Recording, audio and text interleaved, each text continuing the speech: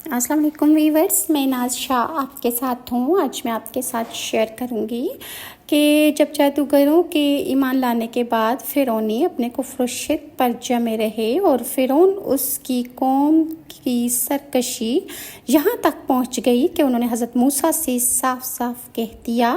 قرآن پاک میں ارشاد خداوندی ہے، انہوں نے کہا کہ اے موسیٰ، تم ہمارے اوپر جادو کرنے کے لیے ہمارے پاس کیسی بھی نشانی لے آؤ، ہم ہرگز تم پر ایمان لانے والے نہیں۔ تو حضرت موسیٰ نے ان کے خلاف دعا کی کہ یا رب ذوالجلال، فرعون زمین میں بہت سرکش ہو گیا ہے اور اس کی قوم نے بھی عہد شکنی کی ہے، انہیں ایسے عذاب میں گرفتار کر جو ان کے لیے سزا ہو اور میری قوم اور بعد والوں کے لیے عبرت اور نصیحت ہو۔ مفسرین نے عذابات کی تقریباً وہی تفصیل بیان کی ہے۔ بعض مفسرین کہتے ہیں کہ ایک بادل آیا اور اندھیرا چھا گیا اور کثرت سے بارش ہونے لگی اور جس سے قبطیوں کے گھروں میں پانی بھر گیا، یہاں تک کہ قبطی اس میں کھڑے رہ گئے اور پانی ان کی گردنوں تک اور ان کی ہنسلیوں تک آ گیا۔ ان میں سے جو بیٹھا وہ ہمیشہ کے لیے ڈوب گیا اور جہنم واصل ہو گیا۔ یہ لوگ نہ ہل سکتے تھے، نہ کوئی کام کر سکتے تھے۔ ہفتے کے دن سے لے کر دوسرے ہفتے تک 7 روز اسی مصیبت میں قبطی اور فرعونی قوم مبتلا رہی، جبکہ بنی اسرائیل کے گھر قبطیوں کے گھروں کے ساتھ جڑے ہوئے تھے۔ اس کے باوجود ان کے گھروں میں نہ پانی آیا، نہ انہیں کوئی اذیت پہنچی۔ جب یہ لوگ عاجز ہوئے تو حضرت موسیٰ علیہ السلام سے عرض کرنے لگے کہ ہمارے لیے دعا فرمائیے کہ یہ مصیبت ہم سے دور ہو جائے تو ہم آپ پر ایمان لے آئیں گے اور بنی اسرائیل کو آپ کے ساتھ بھیج دیں گے۔ حضرت موسیٰ علیہ السلام نے اللہ تعالیٰ سے دعا فرمائی تو طوفان کی مصیبت دور ہو گئی اور زمین میں وہ سرسبزی اور شادابی آئی جو پہلے کبھی نہ دیکھی گئی تھی۔ کھیتیاں خوب ہوئیں اور درخت پھلے پھولے۔ یہ دیکھ کر فرعونی قوم کہنے لگے، یہ پانی تو نعمت تھا اور ایمان نہیں لائیں گے ہم تو۔ یہ 1 مہینہ تو عافیت سے گزرا، پھر اللہ تعالیٰ نے ان پر ٹڈیاں بھیجیں۔ وہ ٹڈیاں کھیتیاں، پھل، درختوں کے پتے، مکان کے دروازے، چھتیں، تختے، سامان سب کچھ کھا گئیں اور قبطیوں کے گھروں میں بھر گئیں، لیکن بنی اسرائیل جو ان کے گھروں کے ساتھ تھے ان پر اس قسم کی کوئی آفت نہ آئی، نہ انہیں اس سے کوئی نقصان پہنچا۔ اب فرعونی قوم نے پریشان ہو کر پھر حضرت موسیٰ علیہ السلام سے دعا کی درخواست کی اور ان سے ایمان لانے کا وعدہ کیا، اس پر عہد و پیمان کیا۔ 7 روز یعنی ہفتے سے ہفتے تک ٹڈی کی مصیبت میں مبتلا رہے، پھر حضرت موسیٰ علیہ السلام کی دعا سے انہیں نجات ملی۔ کھیتیاں اور پھل جو کچھ باقی رہ گئے تھے انہیں دیکھ کر فرعونی کہنے لگے، یہ ہمیں کافی ہیں، ہم اپنا دین نہیں چھوڑیں گے۔ چنانچہ وہ پھر بھی ایمان نہ لائے اور انہوں نے وعدہ توڑ ڈالا اور اپنے اعمال خبیثہ میں وہ قائم رہے۔ 1 مہینہ عافیت سے گزرا، پھر اللہ تعالیٰ نے انہیں کمل بھیجے ان پر۔ کمل کیا چیز ہے؟ اس کے بارے میں مفسرین میں سے بعض کہتے ہیں کہ کمل گھن ہے، بعض کہتے ہیں کہ یہ ایک چھوٹا سا کیڑا ہے۔ اس کیڑے نے جو کھیتیاں اور پھل باقی رہ گئے تھے وہ سب کھا لیے، اور بعض مفسرین کہتے ہیں کہ یہ جوئیں تھیں۔ یہ کیڑا کپڑوں میں گھس جاتا اور جلد کو کاٹتا، کھانے میں بھر جاتے تھے۔ اگر کوئی 10 بوری گندم چکی پر لے جاتا تو اس میں سے مشکل سے 3 سیر واپس لاتا، باقی سارا گندم کیڑے کھا جاتے۔ یہ کیڑے فرعونیوں کے بال، بھویں، پلکیں سب چاٹ گئے، ان کے جسم پر چیچک کی طرح بھر جاتے، حتیٰ کہ ان کیڑوں نے ان کا سونا، جاگنا، اٹھنا بیٹھنا دشوار کر دیا تھا۔ اس مصیبت سے فرعونی چیخ پڑے اور انہوں نے حضرت موسیٰ سے عرض کی کہ ہم توبہ کرتے ہیں، آپ اس بلا کے دور ہونے کی دعا فرما دیجیے۔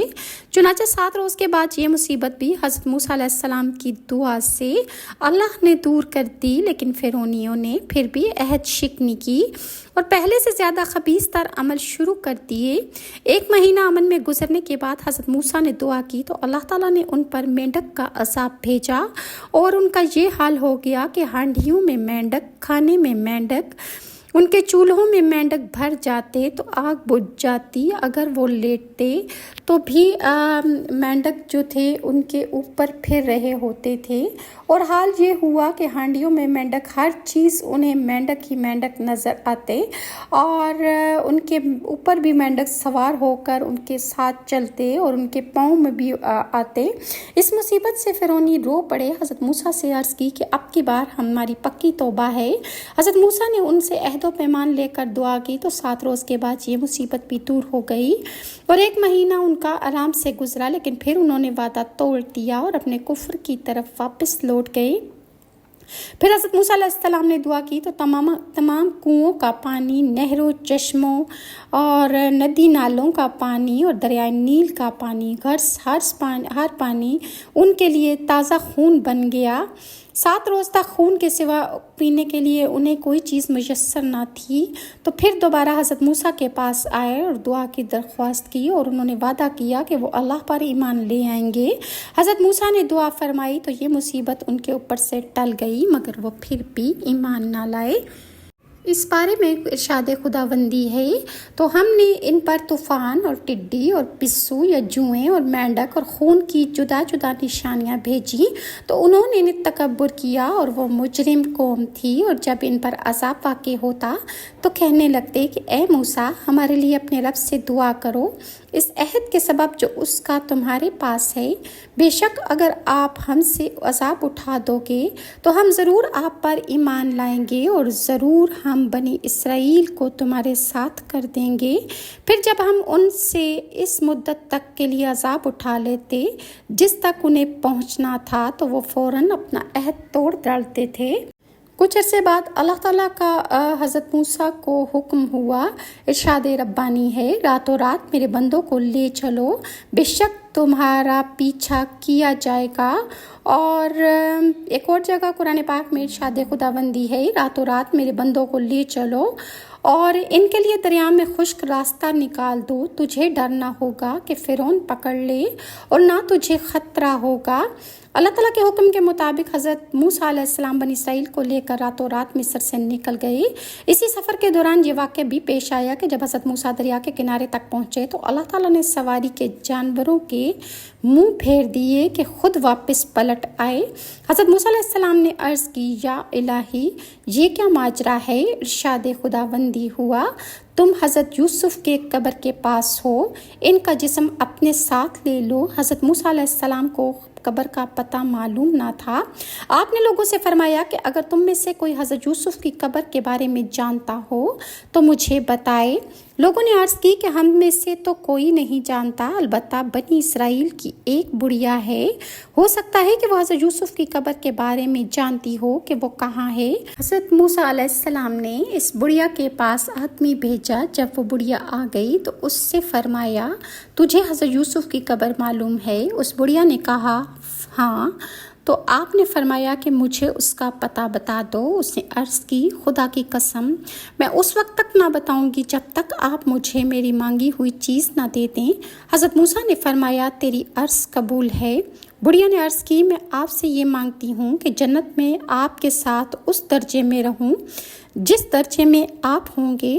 حضرت موسیٰ علیہ السلام نے فرمایا، جنت مانگ لے، یعنی تجھے یہی کافی ہے، اتنا بڑا سوال نہ کر۔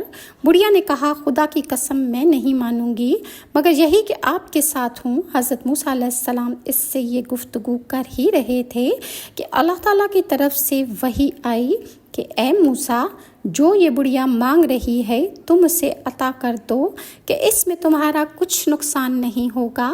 حضرت موسیٰ علیہ السلام نے اسے جنت میں اپنی رفاقت عطا فرما دی اور اس نے حضرت یوسف کی قبر کا پتہ بتا دیا، اور حضرت موسیٰ علیہ السلام نعش مبارک کو ساتھ لے کر دریا پار کر گئے۔ قرآن پاک میں فرعون کے بارے میں ارشاد خداوندی ہے، فرعون اور اس کے لشکروں نے سرکشی اور ظلم سے ان کا پیچھا کیا، یہاں تک کہ جب اسے غرق ہونے آ لیا تو کہنے لگا کہ میں اس بات پر ایمان لایا کہ اللہ کے سوا کوئی معبود نہیں، جس پر بنی اسرائیل ایمان لائے ہیں، اور میں مسلمان ہوں۔ اسے کہا گیا، کیا اب ایمان لاتے ہو، حالانکہ اس سے پہلے تو نافرمان رہا اور تو فسادی تھا۔ بس فرعون نے سورج نکلتے ہی حضرت موسیٰ کی فوج کا تعاقب میں نکلے۔ بس جب دونوں نے ایک دوسرے کو دیکھ لیا تو موسیٰ کے ساتھیوں نے کہا ہم تو یقیناً پکڑ لیے گئے۔ موسیٰ علیہ السلام نے کہا ہرگز نہیں، یقین مانو کہ میرا رب میرے ساتھ ہے جو مجھے ضرور راستہ دکھائے گا۔ ہم نے موسیٰ کی طرف وحی بھیجی کہ اپنی لاٹھی دریا پر مار، پر بس اسی وقت دریا پھٹ گیا اور پانی کا ہر ایک حصہ پہاڑ کی مانند کھڑا ہو گیا، اور ہم نے اسی جگہ دوسروں کو نزدیک لا کھڑا کر دیا اور موسیٰ اور اس کے تمام ساتھیوں کو نجات دے دی، پھر باقی سب کو غرق کر دیا۔ یقیناً اس میں بڑی عبرت ہے اور ان میں سے اکثر لوگ ایمان لانے والے نہیں، اور بے شک آپ کا رب بڑا ہی غالب اور مہربان ہے۔ اہل علم کا کہنا ہے کہ جب فرعون بنی اسرائیل کو پکڑنے کے لیے نکلا تو اس کے ساتھ بہت بڑا لشکر تھا، جس کے متعلق کہا گیا ہے کہ صرف سیاہ گھوڑوں کی تعداد 1 لاکھ تھی اور پورے لشکر کی تعداد 16 لاکھ تھی۔ یہ بھی کہا گیا ہے کہ بچوں وغیرہ کو نکال کر صرف لڑائی کے قابل افراد کی تعداد 6 لاکھ کے قریب تھی۔ علماء نے بیان کیا ہے کہ بنی اسرائیل کی یعقوب کے ساتھ مصر میں آمد اور موسیٰ کے ساتھ مصر سے ہجرت کا درمیانی عرصہ 626 سال کا ہے۔ فرعون تعقب کرتا ہوا بنی اسرائیل تک پہنچ ہی گیا تھا۔ اسی وقت سورج طلوع ہو رہا تھا۔ دونوں لشکروں نے ایک دوسرے کو دیکھ لیا اور پہچان بھی لیا، اور معلوم یہی ہوتا تھا کہ ابھی حملہ ہو جائے گا۔ اس لیے بنی اسرائیل نے موسیٰ سے کہا یقیناً ہم تو پکڑ لیے گئے۔ انہوں نے وہی کہا جو انہیں نظر آ رہا تھا، کیونکہ آگے سمندر تھا اور پیچھے فرعون کی افواج اور دائیں بائیں بلند اور بالا پہاڑ تھے۔ بنی اسرائیل بہت زیادہ خوفزدہ ہو گئے کیونکہ وہ فرعونیوں کا ظلم دیکھ چکے تھے۔ اس لیے انہوں نے موسیٰ سے شکایت کی کہ آپ نے فرمایا ہرگز نہیں، میرا رب میرے ساتھ ہے، وہ مجھے ضرور راستہ دکھائے گا۔ آپ اپنے لشکر کے پچھلے حصے میں تھے، پھر آگے اور دیکھا کہ سمندر ٹھاٹھے مار رہا ہے تو کہا مجھے تو یہیں سے گزرنے کا حکم اللہ تعالیٰ نے دیا ہے۔ آپ کے ساتھ آپ کے بھائی ہارون اور یوشع بن نون بھی تھے۔ یوشع اس وقت ایک عبادت گزار عالم اور سردار تھے۔ موسیٰ اور ہارون کے بعد ہی انہیں منصب نبوت عطا کیا گیا۔ ان کے متعلق مزید بیان انشاءاللہ آئندہ میں آپ کے ساتھ شیئر کروں گی۔ جب فرعون اپنے علاوہ لشکر سمیت بہت قریب آ گیا اور معاملہ سنگین ہو گیا تو اہل ایمان سخت پریشان ہو گئے۔ تب اللہ تعالیٰ نے موسیٰ پر وحی نازل فرمائی کہ اپنی لاٹھی سمندر پر مار دیجئے۔ چنانچہ آپ نے یہ کہہ کر کہ اللہ کے حکم سے پھٹ جا، سمندر پر لاٹھی مار دی۔ اللہ تعالیٰ نے ذکر فرمایا ہے کہ ہم نے موسیٰ کی طرف وحی بھیجی کہ اپنی لاٹھی دریا پر مار، پر اسی وقت دریا پھٹ گیا اور پانی کا ہر ایک حصہ پہاڑ کی مانند ٹھہر گیا۔ بیان کیا جاتا ہے کہ سمندر میں 12 راستے بن گئے تاکہ ہر قبیلہ الگ الگ راستے سے دریا عبور کر لے۔ یوں اللہ تعالیٰ نے اپنی قدرت کے ذریعے پانی کو پہاڑوں کی مانند کھڑا کیا، اور ان کی تو شان ہی یہی ہے کہ جب وہ اللہ تعالیٰ کسی کام کے لیے کہتا ہے کہ ہو جا تو وہ کام ہو جاتا ہے۔ پھر اللہ تعالیٰ کے حکم سے ہواؤں نے سمندر کا کیچڑ خشک کر دیا اور راستے بالکل صاف ہو گئے، حتیٰ کہ گھوڑے اور دیگر جانور بآسانی اس راستے سے گزر گئے۔ اور اللہ تعالیٰ فرماتا ہے کہ جب اللہ تعالیٰ کے حکم سے سمندر میں راستے بن گئے تو اللہ تعالیٰ نے موسیٰ کو حکم دیا کہ بنی اسرائیل کو لے کر ان راستوں سے گزر جائیں۔ صورتحال یہ دیکھ کر بنی اسرائیل حیران رہ گئے، اور یقیناً یہ قدرت کی ایک ایسی عظیم نشانی ہے کہ جسے دیکھنے کے بعد اہل ایمان کے ایمان میں مزید اضافہ ہو گیا، اور وہ راہ راست پر اور بھی پختہ ہو گئے۔ جب وہ سب ان راستوں سے گزر گئے اور ایک فرد بھی سمندر میں باقی نہ رہا، اسی وقت فرعون اور اس کے لشکر سمندر میں داخل ہو رہے تھے۔ موسیٰ نے دوبارہ سمندر کا راستہ بند کرنے کے لیے لاٹھی مارنے کا ارادہ کیا تو اللہ تعالیٰ نے آپ کو حکم دیا کہ اسے اس کی حالت پر ہی چھوڑ دیجئے۔ جب فرعون سمندر کے قریب آیا تو یہ منظر دیکھ کر گھبرا گیا اور اسے یقین ہو گیا کہ یہ عرش عظیم کے مالک اللہ ہی کا کام ہے۔ وہ دل ہی دل میں نادم اور اسی کشمکش میں تھا کہ آگے جائے یا نہ جائے۔ بالآخر اس نے اپنی قوم کے سامنے بہادری کا مظاہرہ کیا اور یہ کہتے ہوئے سمندر میں داخل ہو گیا کہ دیکھو میرے لیے سمندر نے بھی راستہ چھوڑ دیا ہے تاکہ میں اپنے باقی غلاموں کو پکڑ سکوں۔ فرعون کے پیچھے اس کی ساری فوج بھی سمندر میں داخل ہو گئی۔ جب سارا لشکر سمندر میں داخل ہو گیا اور اس کا اگلا حصہ سمندر سے باہر نکلنے کو تھا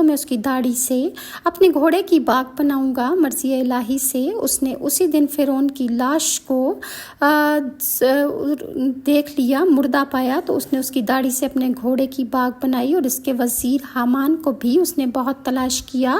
تب اللہ تعالیٰ نے حضرت موسیٰ پر وحی نازل کی کہ اے موسیٰ، اب تم مصر جاؤ اور حامان کو مصر ہی میں پاؤ گے، اس کو میں عذاب میں گرفتار کروں گا۔ یہ حکم سن کر حضرت موسیٰ علیہ السلام اپنے بھائی ہارون اور اپنی قوم کے ساتھ مصر میں آئے۔ مفسرین لکھتے ہیں کہ فرعون کے محل میں 70 مہمان خانے اس نے پرتکلف بنائے تھے، اور بنی اسرائیل کو اللہ تعالیٰ نے انہی مکانوں کا وارث بنا دیا، اور حامان جو فرعون کا وزیر تھا وہ اندھا ہو کر ہر گھر میں نان اور ٹکڑے مانگتا پھرتا تھا۔ حضرت موسیٰ اسے دیکھ کر جناب باری تعالیٰ میں عرض کی کہ یا الہی، تو نے فرمایا تھا کہ حامان کو فرعون کے ساتھ دریا میں غرق کروں گا، اور وہ تو ابھی تک زندہ پھر رہا ہے۔ آسمان سے ندا آئی کہ اے موسیٰ، اس کو میں نے تمام دنیا کے لیے محتاج بنا دیا اور در بدر مانگتا پھرتا ہے، یہ ہر روز گویا اس کی نئی موت ہے، بلکہ یہ 1000 موتوں سے بھی بدتر ہے۔ یہ سن کر حضرت موسیٰ خدا کا شکر بجا لائے۔ جب ملک مصر تمام ان کے ہاتھ میں آیا اور کافر سارے نیست و نابود ہو گئے، تب وہ اپنی بیوی صفورہ کے پاس گئے، اور جس میدان میں ان کو چھوڑ کر گئے تھے، کیا دیکھتے ہیں کہ 2 لڑکے جو حضرت سے تھے وہ نہایت توانا اور خوبصورت ان کے پاس موجود ہیں، اور بھیڑ بکریاں مال و اسباب سب سلامت پایا، اور تمام سامان اور اپنے اہل و عیال کو لے کر وہ اپنی والدہ کے پاس مصر واپس آ گئے۔ اس کے بعد حضرت موسیٰ علیہ السلام کوہ طور پر اللہ تعالیٰ سے کلام کرنے کے لیے کیسے تشریف لے کر گئے، کس طرح آپ کے ساتھ جو سردار تھے وہ کیسے انہوں نے اللہ کے حکم کے خلاف ورزی کی اور ان پر موت طاری ہو گئی، اللہ تعالیٰ کے جلوہ افروز ہونے پر حضرت عیسیٰ علیہ السلام کیسے بے ہوش ہوئے، انشاءاللہ میں آپ کے ساتھ نیکسٹ ویڈیو میں شیئر کروں گی۔ اور اگر آپ کو میری ویڈیوز اچھی لگتی ہیں تو کائنڈلی لائک اور سبسکرائب ضرور کیجیے۔ نیکسٹ ویڈیو تک کے لیے ناز شاہ کو اجازت دیجیے۔ اللہ حافظ۔